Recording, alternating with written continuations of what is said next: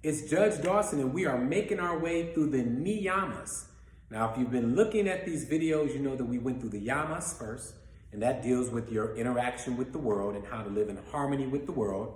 But now we're talking about the niyamas, and it's going inside. It's telling us how to live with the harmony inside of us, right? And when you live with harmony inside of yourself, then you're able to spread it to the world. So the yamas and the niyamas, now you see why they go hand in hand, and they're perfect to study together. So now we're going to move to niyamas number 2, or at least the second one that I want to address, and that is Santosha. Santosha. Santosha is about being happy, having unconditional happiness. Wow. That's a mouthful in and of itself. Because how do we live a life of unconditional happiness when so much is going on in our world? So much depression, so much despair, so many things that we cannot control are bogging us down every single day, and yet this niyamas is telling us to be happy unconditionally? Now, that goes against common sense, and it goes against everything that we stand for and that we know as human beings. In fact, some of us take pride in the fact that, oh, you're going to get this attitude, or I'm going to give you the same energy you're giving me. But this niyama calls us to our greatest self for our greatest self. It calls you to be happy, not for other people, though they will benefit from your happiness. This niyamas calls for us to be happy for our own benefit. Unconditional happiness. How do you tap into unconditional happiness? It's difficult. There's no doubt about it. How do you do that when you've lost a loved one? How do you do that when you're making it through another holiday season and you don't have the support you need, or you don't have food on your table, or you're wondering where your next meal is going to come from? How do you live with unconditional happiness when your home is full of violence and despair?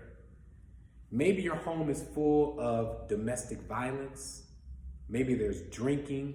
Maybe there's drugs in the home. You know, I'm just being real. I see it all in my courtroom. So I know we deal with various dynamics that you don't just read about in most books.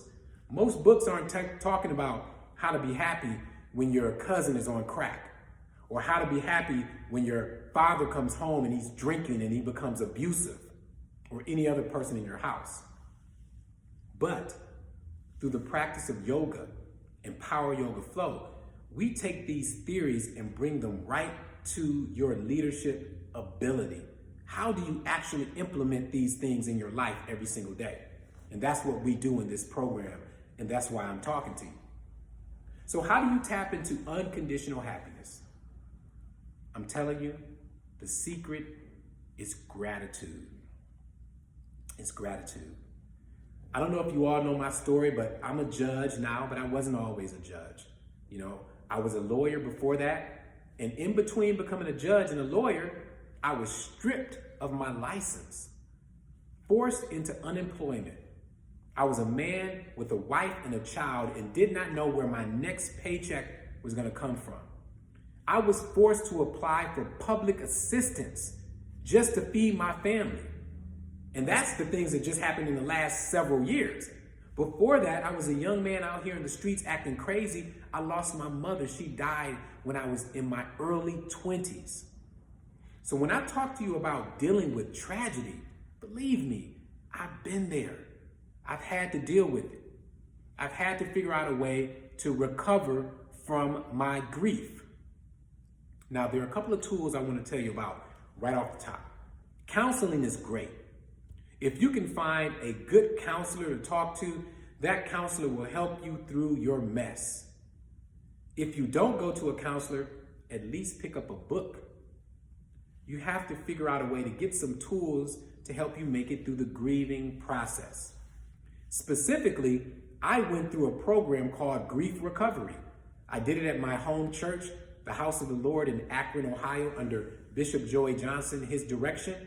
I went through that program, and it helped me uncover the grief that I had been bearing for all of these situations, right? Especially the early loss of my parents, my mother. I lost my father too, but he had already left the home. He had already abandoned me. We recovered in our relationship, but he wasn't the primary caretaker. So the devastation of losing my mom, which was much worse than the devastation of losing my father. But it's all devastation and it's all grief, and we all have to figure out ways to deal with it. So I went through grief recovery and it helped me. Fast forward to me becoming a lawyer and all the tragedy I went through with relationships and betrayal and things like that. I still needed a way to recover. Luckily, I had people I could talk to. I was able to call my bishop, Joey Johnson, and ask him, how do you make it through these different struggles? I had a brother that I could talk to. I had a couple of friends that I can confide in. So I submit to you that it's very well possible to make it through your grief, but you have to, 1, maybe seek counseling. 2, read a book or a program or something that can help you get the tools to recover from your grief. Or 3, find someone that you can trust who you can talk to. Now, here's a myth buster, very important. That person doesn't have to be your best friend, right? Because we're thinking, I don't have any friends. I don't like people they don't have to be your best friend. But what you have to be able to do is identify that person's ability to have compassion and positive words and influence for that situation. Compassion, because they're willing to listen to you, and positivity, you'll be able to determine that as soon as you start speaking to somebody. If you're telling somebody what you're going through and you hear them traveling down a road of negativity, supporting negative thoughts, supporting negative actions, stop right there. Stop right there.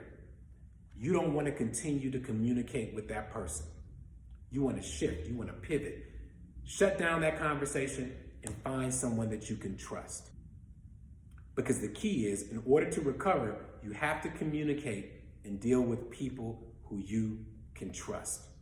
So, this niyamas is talking about unconditional happiness. And the first step to getting there is gratitude. And the second step is getting the ability and the help to deal with the drama and the grief that we all have in our lives. Now let's go back and talk about gratitude for a moment. Gratitude is recognizing the fact that right now, right at this moment, just the fact that you can see or listen to this program is a huge blessing. There's somebody who did not live to see today. So when we talk about, well, you know what? I don't have the new bag and I don't have a new car, or I don't have a car at all. Right now, you have your life. So be grateful for that.